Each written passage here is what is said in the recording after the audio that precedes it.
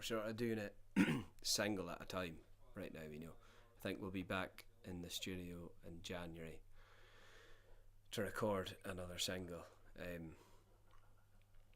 We just kind of want to release something every couple of months, you know, and then when the time's right to have an album out, we will, basically, because we'll have a lot of stuff recorded anyway. Abide by the rules that was said before I'd say it's kind of more like guitar-y, I suppose. Like the first albums, there's a lot of keys in it and stuff, you know. And I think we've kind of, it just seems like fucking cliche band. I think we've kind of went back to basics a bit more, you know. You should do what you love while you can. In a way, yeah, because there's no like music scene, and we just kind of, we never tried to like latch on to a music scene. Like if you're from a big city, there's always a scene that bands tend to sort of latch on to, but we never had it, so it was kind of all pure, as wanky as that sounds, you know what I mean, but that's the way it was, and it was just the songs that we wanted to write.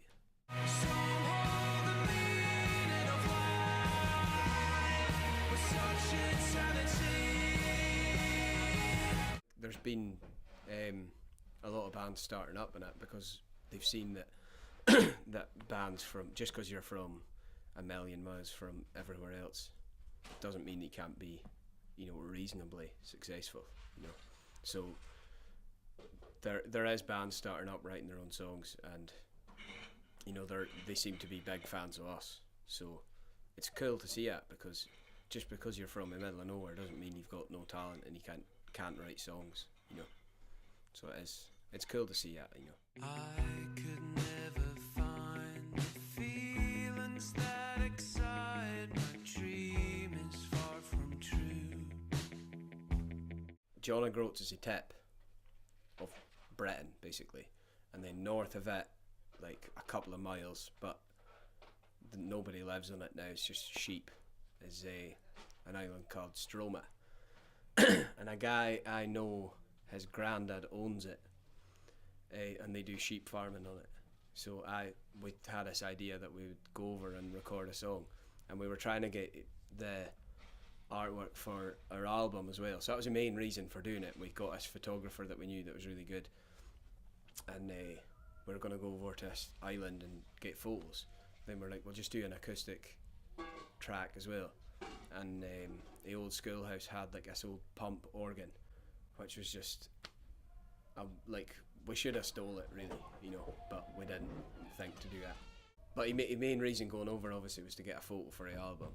But actually the album cover is in fucking John O'Groats as well, so some of the, like, if any vinyl, some of the pictures within it is from Ireland, but the main picture's actually in John O'Groats. But from the acoustic track, just being like, oh, we'll do an acoustic tune while we're over there, actually became the coolest thing that we did.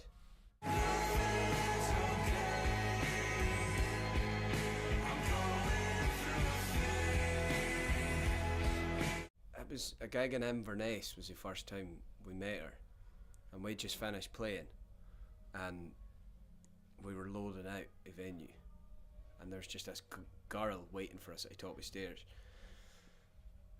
and she was like, she can't really speak much English, you know. She was just like, and then I was like, hello, you know, hi, and then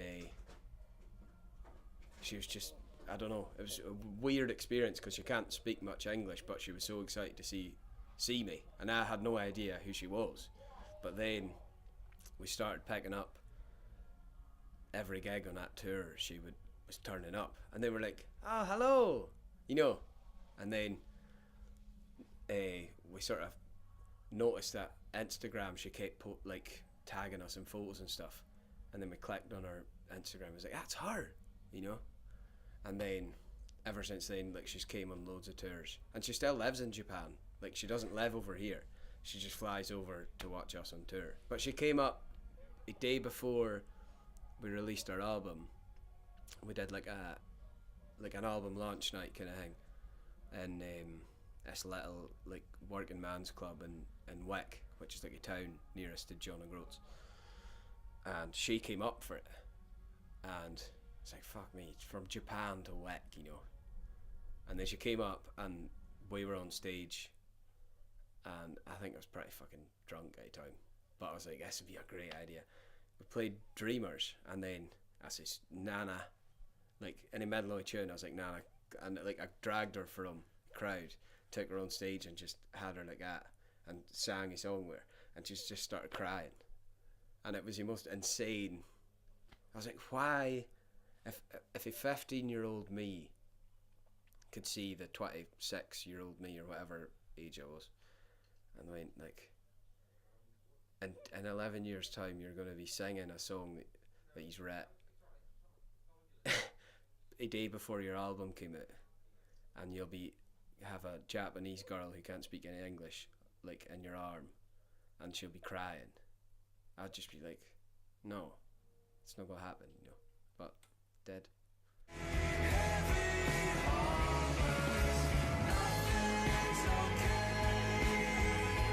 Well, I make films as well. I made a film about my mate who has like struggled with OCD and stuff, and like really badly. And he's training to be the like world's strongest man. It's just the most mad. He's from John O'Groats as well. But like the BBC ended up like broadcasting it, you know, so it was quite cool. But like I do music videos in it as well, but so do you do all the group's music videos? Pretty much, aye. But there's been a few where we've had other people doing it just for like a change, but it just saves money really. Yeah. If we had an unlimited amount of money, there's no way I'd be doing music videos, because there's loads of people better than me, you know. Because like all the videos I've done for us so far have been all kind of psychedelic and trippy, and you know, we're all looking moody and all that, you know, when we're not actually like it, you know. It's us dressed up as a glam rock, like an 80s glam rock band, and us actually watching ourselves as an 80s glam rock band on the TV, but not realising that it's us.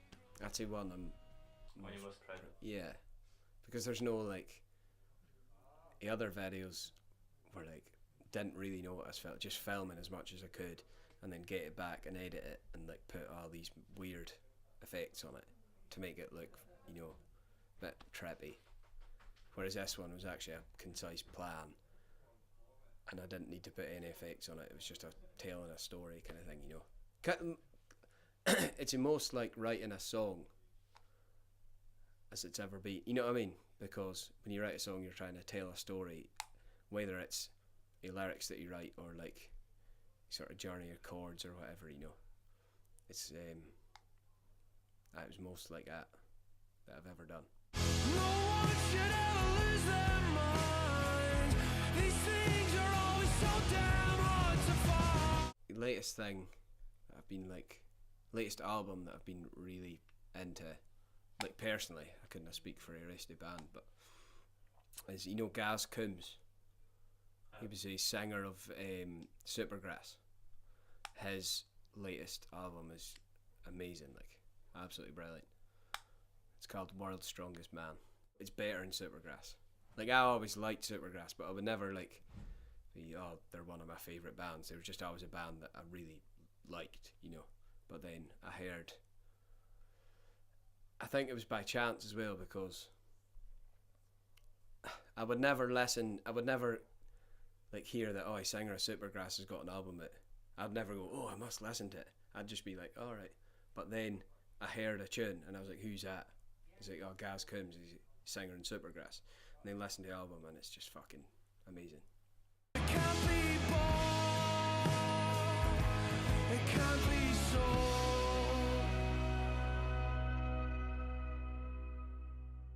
The album coming out easy, just because it was we've always dreamed about having an album, you know. And then you get like ups and downs of like, wonder if this album's ever going to come out, or fuck, it might not sound the way we want it to sound. And then, you know, a day we actually got the album in an email saying here's the album. It's like, fuck, that's alright. It's real. You know, yeah, I'll take that. We didn't have any plans of being like this fucking band that toured all over the place and stuff. We just did it because it was fun and we were good at it. Because like, we were saying earlier about bands in John O'Groats, as any bands in John O'Groats started since we've had a bit of success or whatever, it's like, you know, that doesn't even come into your mind. You know, we didn't think, oh, if we release this, we might get on this playlist or something, or we might do that tour. It's just like, we'll just put it out. It sounds really good, you know. But then, like, management companies and labels in London started emailing us. This is like 2014, and then that's when we thought, fuck, we could actually, maybe we could be that. Our job is to just be a band, you know. Seems now that the dreamers all have died.